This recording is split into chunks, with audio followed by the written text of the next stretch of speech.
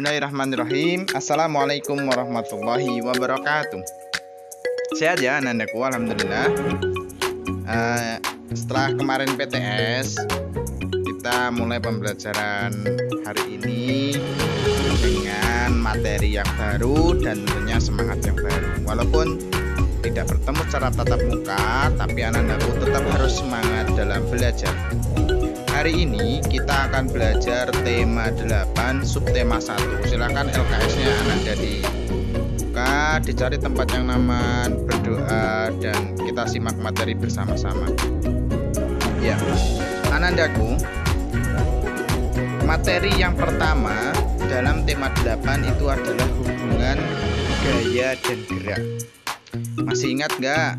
Kemarin di tema 7 kita sudah belajar tentang macam-macam gaya.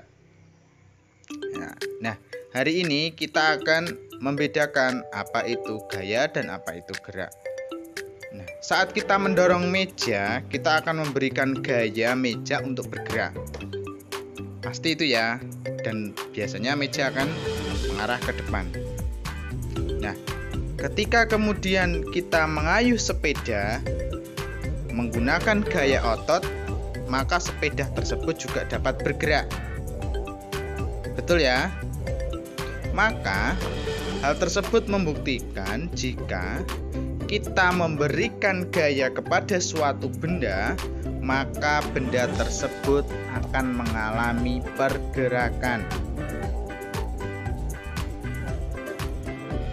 Contoh lagi adalah ketika kita menarik ayunan, mendorong ayunan. Kita memberikan gaya kepada ayunan berupa tarikan dan dorongan. Akibatnya apa anandaku? Akibatnya ayunan akan bergerak saat ditarik ke belakang. Ayunan akan bergerak ke depan dan ke belakang, itu ya.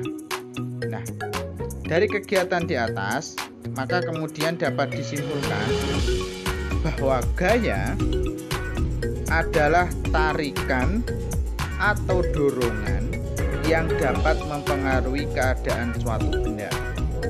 Sedangkan gerak adalah perpindahan kedudukan suatu benda terhadap benda lainnya, baik perpindahan kedudukan yang mendekati maupun menjauhi suatu benda atau tempat asal yang dikenai gaya.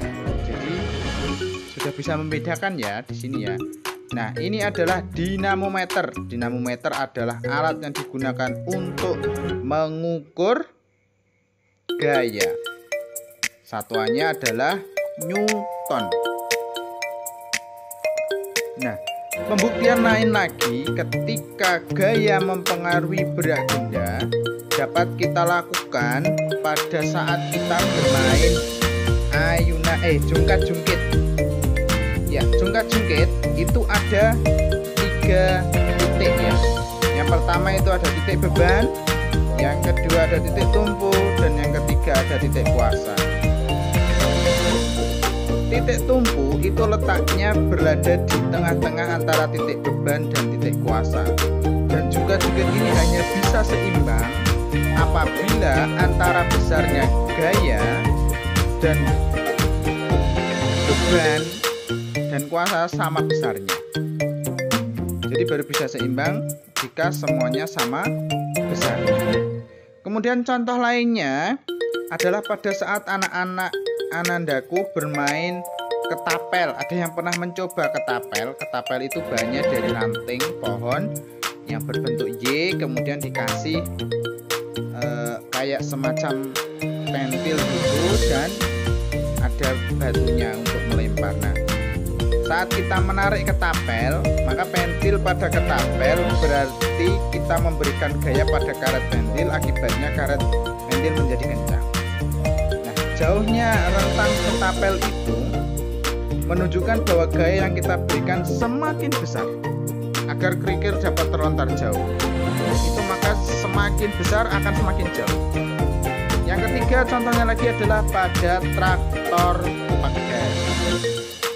Traktor pegas bekerja menggunakan gaya pegas.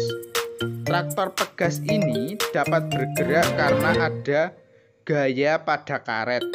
Saat roda diputar ke arah belakang karet, maka akan tergulung. Akibatnya karet menjadi kencang. Saat traktor dilepaskan gulungan, karet dilepas, maka traktor bergerak bersamaan dengan terlepasnya gulungan karet. Contohnya di mobil-mobilan kecil itu.